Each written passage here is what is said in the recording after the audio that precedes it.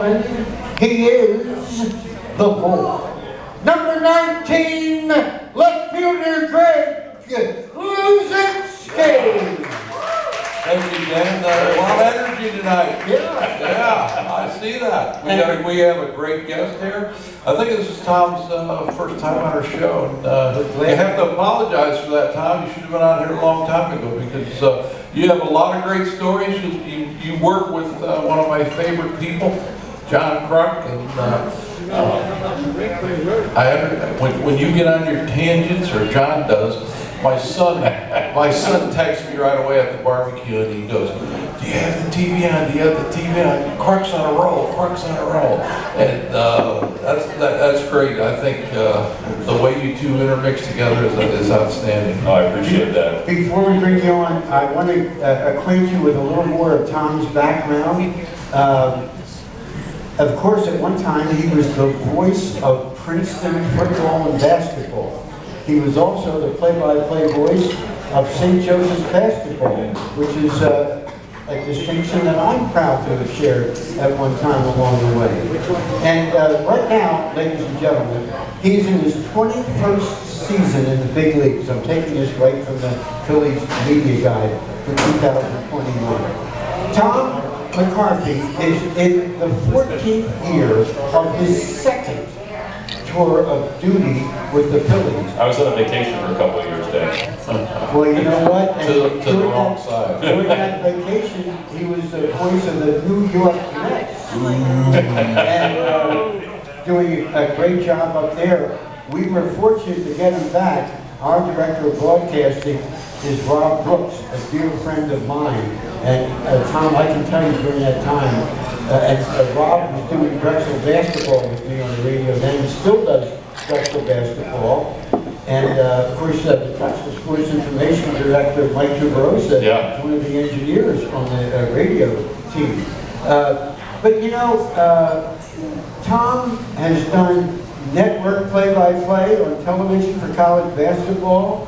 You have probably heard him many times doing an NFL game on a nationally televised game. This man is one of the most respected television voices in the United States of America. And he is the play-by-play voice. Talk about tough shoes to fill. You know, following Harry Callis, holy mackerel, what a lifetime. It took a very talented person with a lot of self-confidence on his own, and he's done a great job for the Phillies. Ladies and gentlemen, please welcome our final guest of the 2021 season. We don't know that. We're closing regular season. We always have to say regular season these days. Yeah, it's good. Tom McCarthy, let's welcome. Thank you, Dad. I appreciate that very much. Great to be here today. Thank you, Tom. It's good to have you with us. Tom, let's first discuss, if you would be so kind, and we were talking about it off the air before tonight's show began. The last 28 hours or so, how it's kind of changed the complexion. Yeah, so I really think it has changed it. It's gotten a little tighter for us because the Braves win on Saturday night kind of set the tone for Sunday. The fact that we probably didn't play as well as we should have yesterday, coupled with another Braves victory yesterday when we all got home, has changed the way this week looks. It goes from, I mean, we could have been a half game out, and I thought we might be. I don't know if anybody saw the Padres-Braves game on Saturday night, but I was screaming at Victor Caratini like everybody else was about his pitch selection to Jorge Soler. But it changed a lot of it. Their two wins on Saturday and Sunday, and our loss yesterday, instead of being a half game out, we're 2.5 out. So, you know, we do, I think as an organization, we knew we had to play well this week against the Braves and the Marlins. We have to play well, but we also need a little help, and it's kind of harkens me back to 2007. It's basically the same scenario. I think the only thing different, and in 07 I was in New York, so I sensed it. They were reeling. The Braves aren't reeling, but maybe we can get them reeling with tomorrow's game. Well, if we were to go down there and sleep, Tom, and by the way, Caratini's pass ball didn't help us either. Caratini's pass ball, his pitch selection, you know, we are really fortunate. I know people think that JT's having a down year offensively. He isn't compared to the other catchers in baseball. He's still top 3 in every category and is actually the leader in hits, in doubles, as far as catchers go, and he's also the leader defensively in 3 different categories around baseball. But watching what the Padres had to go through this weekend, and listen, Victor Caratini's a good backup catcher, but he's been playing more than he probably should. We are very fortunate to have what we have. I think Nola got hurt. He did, and you know, it hurt. It hurt the other day. Dan, you're right, that pass ball, which brought the run into scoring position, and enabled the base hit to tie the game With 2 strikes. With 2 strikes. And then Soler too, 2 strikes. I was screaming at the TV, and I woke a couple people up my house because I was screaming at the TV. That's why I didn't watch it. Yeah, well, I'm serious. Dan called me and he said, "You watching this game?" I said, "No, I'm watching football." It was a college night, you know. I'm watching college football. I said, I played the game, but for some reason there's games I just can't watch. It was a tough one. Then yesterday I followed that game. You know, I'm going, oh, base exploded in the 9th. We got 1 out instead of a double play. Just, you know, and they had people up that could run. I mean, if the team splits the ball, there's a pretty good chance he's not hitting into a double play. I was shocked that they struck out twice in that game yesterday. I really was. He took call third. I was shocked by it. well, yeah, and then the pop-up by Soler that dropped in short right field. Yep. They had Frazier on the other side of second base. Will Myers. Sometimes that hurts. He took the great circle route, I think they call, and then he kind of veered off when he thought the second baseman might finally get there. You know. Yeah. I still think, and not to be sugarcoating anything, because we've lost a lot of tough games.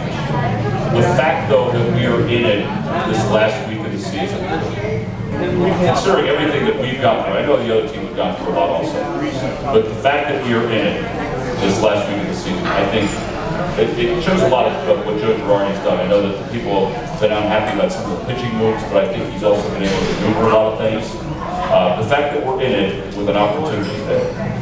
If we go 5-1, I know that's hard to think, but I went back and looked at, we were at 10 games left.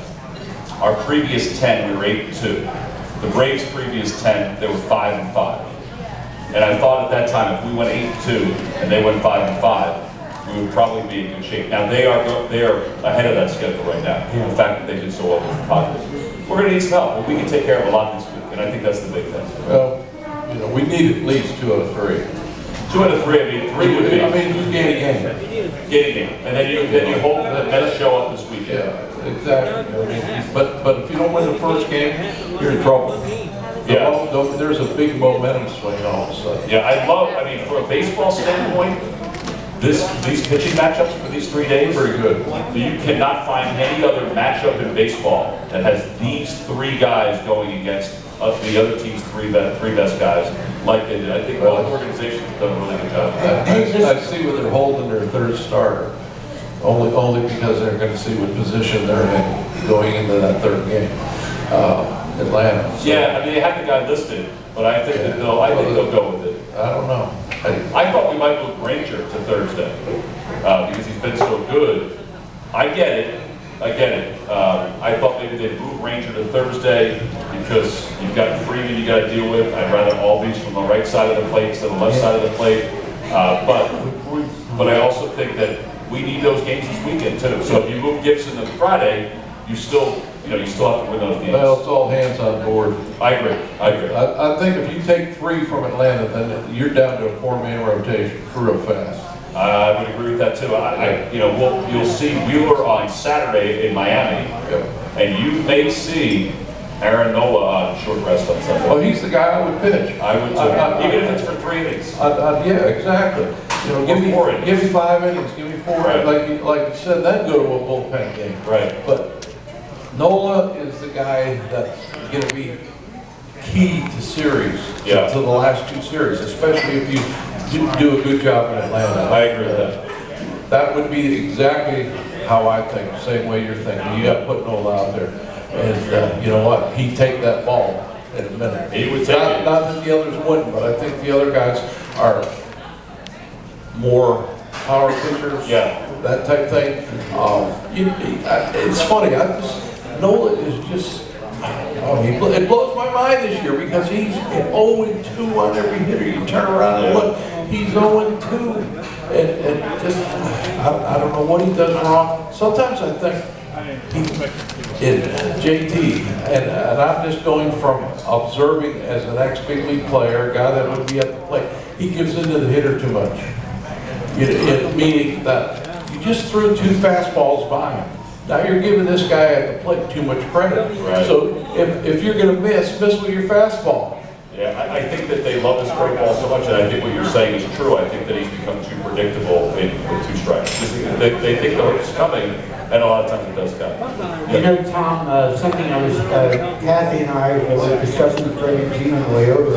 Ladies and gentlemen, I don't know if you might be aware of this, but I'm trying to think, Tom, of ex-Phillies who've had their own radio show. Yeah. I don't think anybody, I've been a Phillies fan since the mid-50s.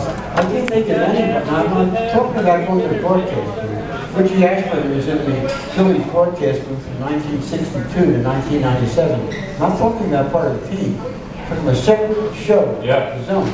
I don't think anybody has more seniority than Greg Luzinski. Yeah, get a chance to get behind the microphone. That's good. I think it's good for everybody to hear you say. Oh, we have a good time, trust me. Yeah. We got great people that come here to Hard Rock Cafe and listen to our show. And we love them. We love these people. Don't you have an announcement about the future? Yeah, we'll be back again next year right here at Hard Rock Cafe. And thank you, Jay Willard back there. He's a great general manager here. Signed another contract with WPCB, and I think also the football show's here, right, Jay? Awesome. And not only that, but Hard Rock Cafe will be a Philly sponsor, which they're on the Philly family now, so congratulations. Thank you, Jay. And with that, we're going to close the first quarter of tonight's Independence Blue Cross Bull session. But don't go away.